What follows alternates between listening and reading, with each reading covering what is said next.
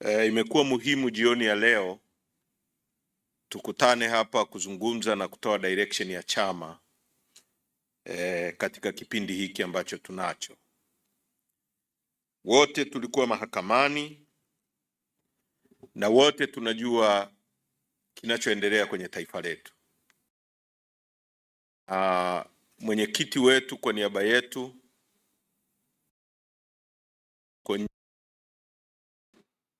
kwa niaba ya wanachama wote na Watanzania, nataka niseme kwamba hii vita tumejiandaa kuipigana na pumzi tunayo.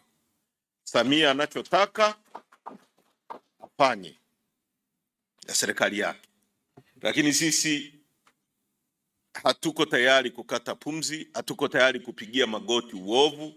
Na wote mmemwona mwenyekiti, mmeona spirit yake, amejiandaa sawa sawa. Hivi vitisho vya maigizo ambavyo vimefanyika kwa muda mrefu sana kwenye nchi hii, kwamba kufanya siasa ambayo tumekubaliana kufanya tangu 92 iwe inafanywa kwa hisani ya CCM, utawala huu wa Chadema umekataa. Tutafanya siasa kwa sheria, sio kwa hisani ya Samia, sio kwa hisani ya CCM. Kwa hiyo kwenu wanachama, msijisikie vibaya wala msitetereke. Dunia inaona na sisi tunaona, na hili la mwenyekiti Lissu kukamatwa na kuweka ndani, msisahau kwamba ni mwendelezo wa vitisho vya kutaka kutupigisha magoti, na havijaanza na yeye kukamatwa. Genesis ya haya yameanza ndani ya CCM yenyewe. Ukisoma kanuni za uchaguzi za CCM, ibara ya 9 inaeleza utaratibu wa Samia Suluhu Hassan aliyopaswa kufuata kuchukua fomu ya chama chake. Hakufuata huo utaratibu. Utaratibu wa CCM yenyewe kwenye kanuni zake, ibara ya 9 umeeleza namna mtu anavyotakiwa kuchukua fomu, ni wakati gani watu wanachukua fomu. Unatakiwa uchukue fomu wakati ambao uchaguzi umetangazwa.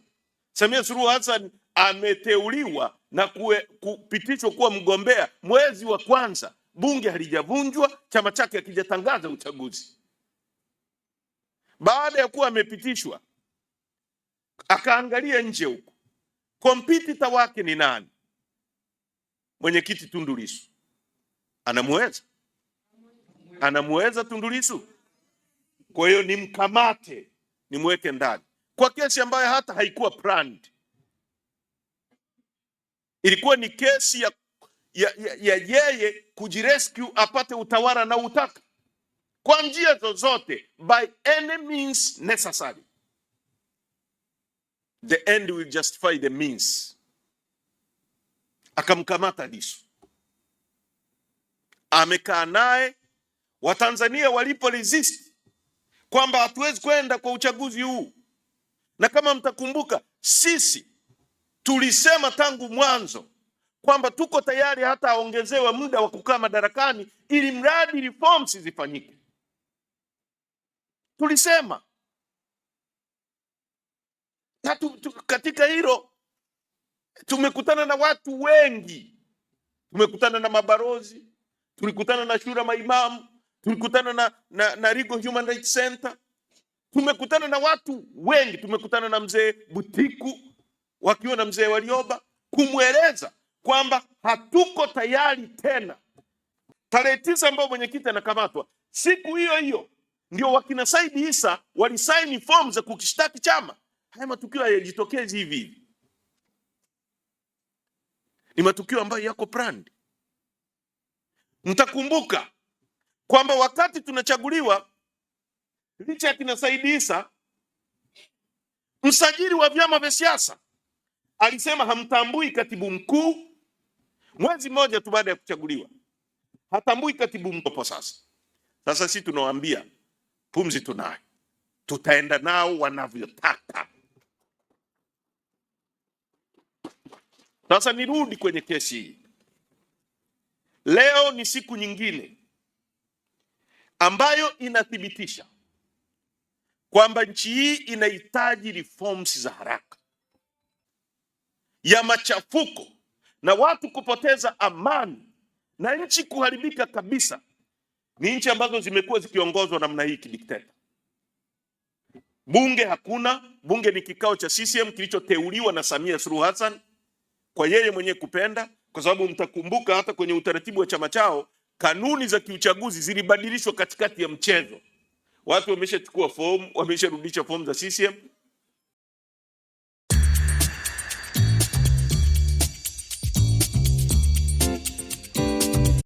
Watu wanacheza mpira, refa anasimamisha mechi, tunabadili kanuni dakika ya 70.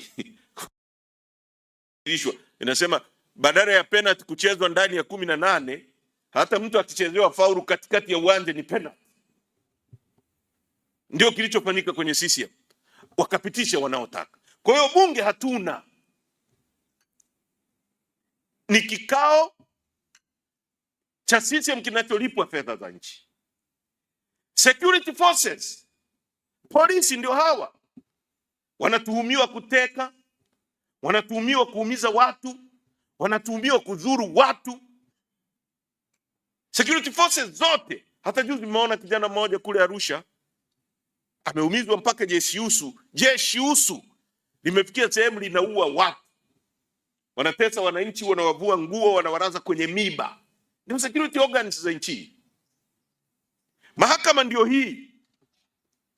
Kwa tunahitaji reforms za haraka. Huu wa leo ni uthibitisho kwamba mahakama hii yenyewe inahitaji reforms za haraka. Na mimi nitaeleza kwa kile ambacho majaji wenyewe wamesema. Kesi ya uhaini, wamesema viini vyake ni vitatu: Covert Act, matendo ya chini chini kama yalikuwepo, kitendo chenyewe na publication.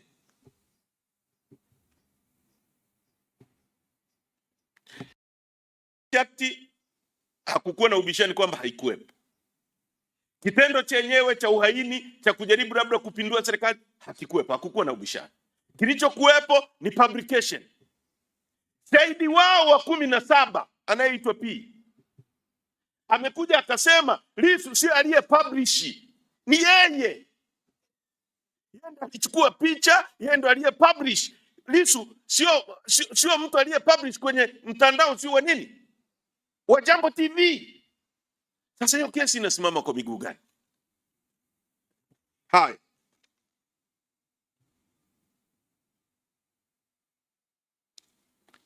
Majaji wamesema kwa sasa mahakama haijaangalia uzito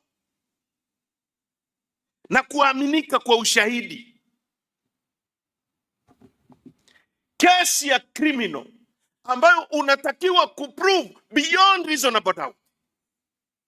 Shahidi tayari ameshaweka doubt. Jaji yao inasema Lissu ndio alipublish. Shahidi anasema mimi ndio niliye publish. Majaji wanasimama wapi kusema Lissu ana kesi ya kujibu? Kwa sababu kuna mvutano. Shahidi wao wenyewe anasema mimi ndio niliye publish, au amesema mwenyewe shahidi wa 17. Sasa kama hamwangalii uzito wa ushahidi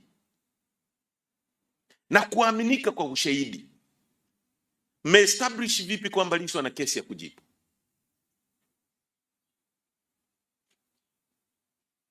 Yaani hiyo kesi ya kujibu inatokea wapi kama hamjaangalia kuaminika kwa ushahidi? Kwa sababu kwa kadri Lissu alivyoeleza, hiyo prima facie case inakuwa established kiasi kwamba wewe usipojitetea, huo ushahidi peke yao uliotolewa una uwezo wa kukufunga. Sasa wanasema hawajaangalia kama huo ushahidi una uzito na kuaminika kwake. Sasa utafungaje mtu kama kesi hujaangalia kama ina ushahidi, uzito wake unatosha kumfunga au uzito wake unatosha kuestablish kesi? Hiyo hoja ya pili. wamesema, wamerudia sana. Jaji kama mmemwona, mimi nimeangalia mpaka dimina yake. Kesi imekuwa established lakini sio kuthibitishwa.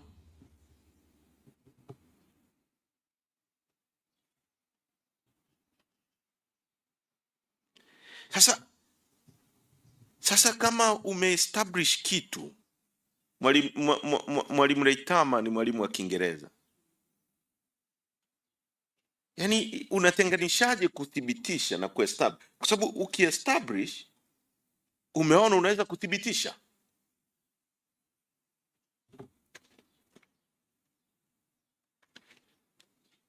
Sasa ndugu zangu, sisi hatuwezi kupiga magoti. Hizi kesi zote malengo yake ni nini? Na hii mapambano yote dhidi ya chama chetu, dhidi ya uongozi wa Mheshimiwa Tundu Lissu, ni kujaribu kutumia kila mbinu. Mbinu ya kwanza, kamate Mheshimiwa Lissu, kataa uongozi, honga watu. Kuna vibaraka wamehongwa huko. Tumia kila mbinu, honga wakina Said Issa waliofungua kesi, zuia chama siku 309, vyote kinyume.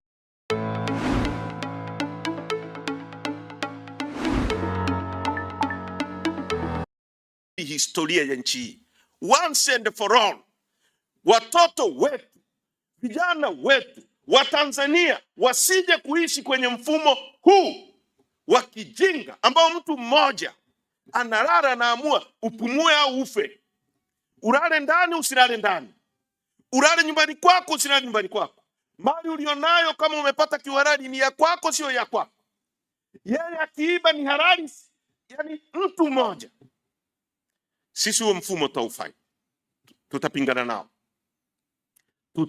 nao, na Lissu amejiandaa kwa marathon hiyo, na tunataka tuiambie jumuiya ya kimataifa, hawa waliokuwa nawaambia wako tayari kwa maridhiano, hawako tayari kwa maridhiano yoyote, wako tayari kublackmail watu wapige magoti, na sisi hatuko tayari kwa hilo. Hawa watu wamefungua kesi ya uongo, na kama wangekuwa na nia njema leo, upande wa serikali, kabla hata ya kuangalia mahakama ambao wanaiweka kwenye msalaba, ianikwe, kila mtu aone, na kila mtu sasa awe na kiu zaidi ya kupambana kutafuta reforms. Na mtakumbuka hata Kenya, baada ya mabadiliko ya katiba yao, walisema kabisa kwamba majaji wote waliokuwepo zama za Moi, kila mtu aombe kazi upya. Ni kwa sababu ya mambo kama haya. Kwa sababu ya mambo kama haya. Sasa jumuiya ya kimataifa ione kwamba hawa watu ni watu waliokuwa wanatumia maneno kujaribu kuportray kwenye dunia huko kwamba ni watu wema, lakini dhamira yao ni hii. Dhamira yao ni kuua chama chetu. Dhamira yao ni kuua kila mwana mageuzi anayetaka kuinuka.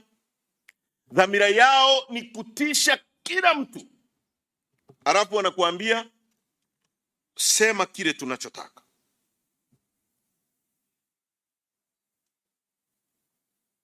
Wasira jana alisema, Stephen Wasira, kwamba hatutamsamehe Lissu, kesi itaendelea. Jana amesema Wasira kwamba hatutamsamehe Lissu kama tulivyomsamehe nani? Mbowe. Kwani hamkumsikia? Wasira alikuwa amewasiliana na hao majaji. Tunataka watuambie Wasira alitoa wapi hayo maneno ya kusema hatutamwachia Lissu kama tulivyomwachia Mbowe. maana yake ni nini wakati kesi iko mahakamani inaendelea. Amekuwa quoted na vyombo vya habari. Hiyo inakwambia nini kuhusu mahakama zetu? Na baadaye yanatokea mambo kama haya ambayo mahakama yenyewe inasema tutaangalia uthibitisho, hatutaangalia uzito wa ushahidi. In a criminal case ambayo unatakiwa kuprove bila kuacha shaka lolote. Kwa leo ni siku nyeusi kwa wapigania haki, lakini siku ya muhimu, siku ya muhimu kwetu wote kama wanachadema ya kuinua mapambano. Mikutano ya hadhara iendelee, vikao vya ndani viendelee, kwenye mitandao vijana endeleeni mpaka tutakapofanikiwa, na tutashinda. Nataka niwahakikishie ushindi uko. Wanakata pumzi, wanakata pumzi, wanapiga watu risasi, hatuogopi risasi, no more. Wanateka watu, hakuna naye. Tangu waanze kuteka watu wameacha kupambana, wanaongeza. Actually wakiteka mtu, kama kwenye familia yake alikuwa mmoja tu aliyetekwa, familia nzima, wajomba zake, nani, wanaanza mapambano. Kwa kila siku, kila wanachokifanya wanaongeza maadui. Wakifunga mtu, mzee Arutwe Mugwai, kaka yake Lissu ni mwana CCM. Kama alikuwa anaifikiria vizuri CCM, leo inamuonea mdogo wake, ataifikiria vizuri. Mama yake Polepole, wana CCM wao wameteka mtoto wake. Mama yake Polepole atawaona vizuri, wadogo zake Polepole watawaona vizuri, wajomba zake watawaona vizuri, shangazi zake, watoto wa kaka zake. Kila wanachofanya is a kick of a dying horse. Ni farasi anayekufa, ni mateke ya mwisho. Au mtu aliyebebwa na maji mto Mara pale, anaona kajani anashika, anaenda nako, kamti anaenda nako, akiona si nini anang'ang'ania mpaka anafikia sehemu, stage ya mwisho anaanza kushika na maji yenyewe, anafikiri yatamsave. You are going, you are being drowned, you are going. Serikali hii dhalimu sisi hatutaipigia magoti, na nimekuja kwenu wanachadema kupitia waandishi wa habari kuambia muwe majasiri. Tumeongea na mwenyekiti wetu, yuko in a very high spirit, amejiandaa, yuko vizuri sana. Tumeongea naye pale, yuko vizuri sana, yuko charged. Yani atawatambaza na magoti. Na waje, si walisema kuna kesi bana, waje wathibitishe na maneno haya, waache waje. Fikiri tuna pumzi ya kidogodogo hivi, tutakuweka ndani miezi miwili uje unatambaa, nisamee. Hakuna. Kama hatujafanya kosa, hakuna kosa, full stop. Tunaelewana vizuri? Kwa kwenu wanachadema, kafanyeni kazi, asanteni. Huu uamuzi umesikitisha, lakini ni wa muhimu wa kihistoria ambao huko mbeleni watu wengine wataangalia, watasoma na majina yao, watajiuliza ilikuwaje, na historia itatuweka mahali tunapostahili. Asanteni sana.